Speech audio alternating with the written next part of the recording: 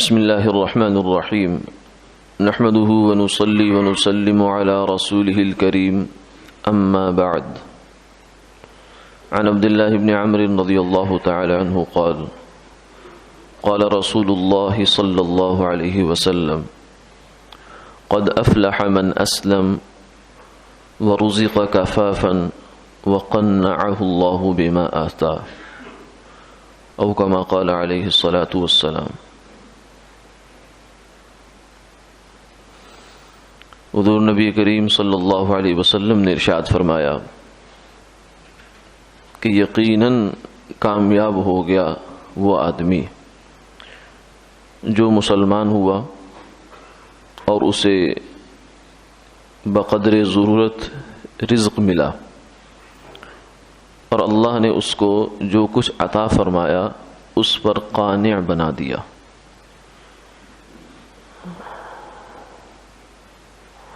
کامیابی کا لفظ ہم سنتے رہتے ہیں، اور جس آدمی سے بھی پوچھئے کہ دنیا کی زندگی کی یہ جد و جہد،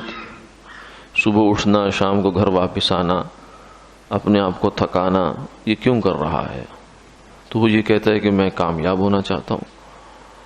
کامیابی کا مطلب کیا ہے؟ کام کہتے ہیں منزل کو، یابی کا مطلب ہے پا لینا، پانے والا، یافتن سے ہے۔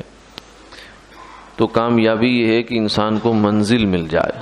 یعنی اس کو زندگی میں آنے کا مقصد اس کا پورا ہو جائے، یہ ہے کامیابی۔ تو کامیابی کا ایک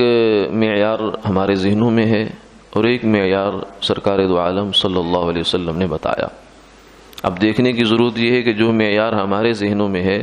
اس میں اور اس معیار میں مطابقت ہے یا مختلف معیار ہمارے ذہنوں میں ہے۔ ہمارے ذہنوں میں معیار یہ ہے کہ جس انسان کے پاس پیسہ زیادہ ہے وہ کامیاب ہے، جس انسان کے تعلقات اچھے ہیں وہ کامیاب ہے، جس انسان کے پاس زیادہ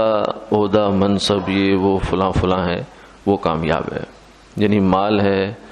منال ہے، جاہ ہے، منصب ہے، یہ کامیابی ہمارے ذہنوں میں ہے۔ لیکن جو اس حدیث پاک میں سرکار دو عالم صلی اللہ علیہ وسلم نے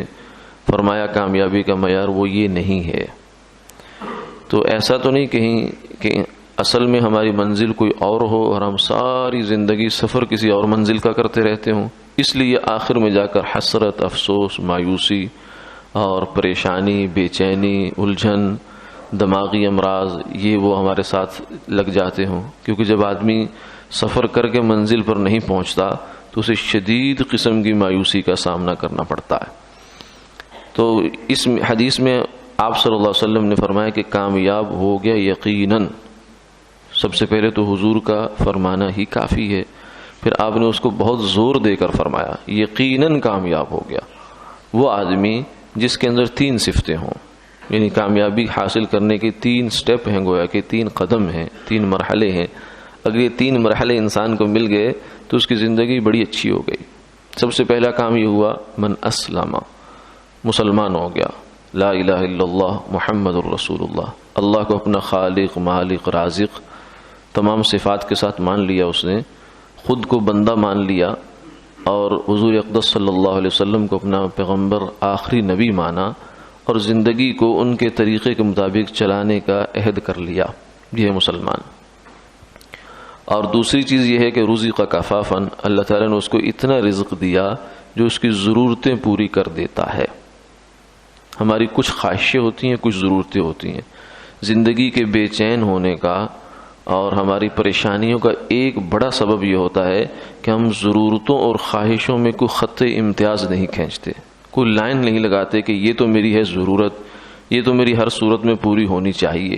اور اس کے بعد اگلا دائرہ ہے ہمارا خواہش کا، جو پوری ہوئی تو ہوگی، نہیں ہوئی تو کوئی بات نہیں ہے۔ کسی کی خواہش دنیا میں کبھی پوری ہوئی بھی تو نہیں ہے،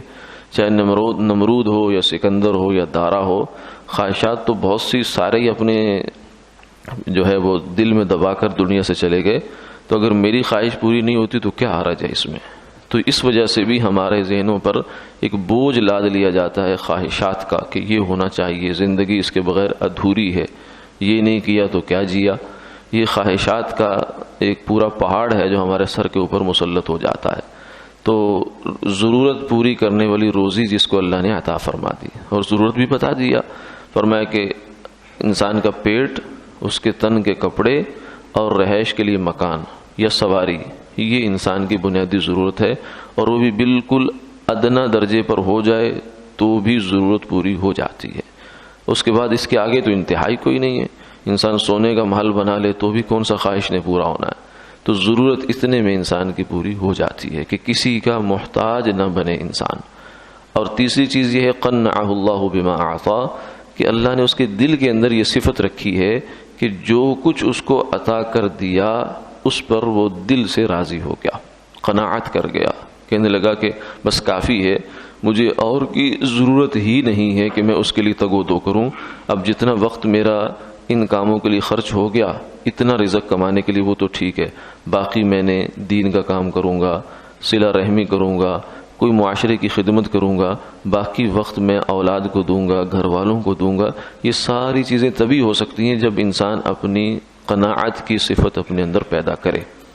ورنہ اگر حرص اور عمل اور خواہش کو بڑھاتے ہی جائے تو اس کے تو کوئی انتہا نہیں ہے، 24 گھنٹے بھی اس کے لیے ناکافی ہیں اگر آدمی ذہن میں بہت بڑا ہدف بنا لے کہ میں نے اتنی دنیا کمانی ہے۔ تو اس لیے کہیں نہ کہیں انسان کو بریک لگانی پڑتی ہے، اور وہ بریک یہی ہے کہ اپنی ضروریات پر لگا دے۔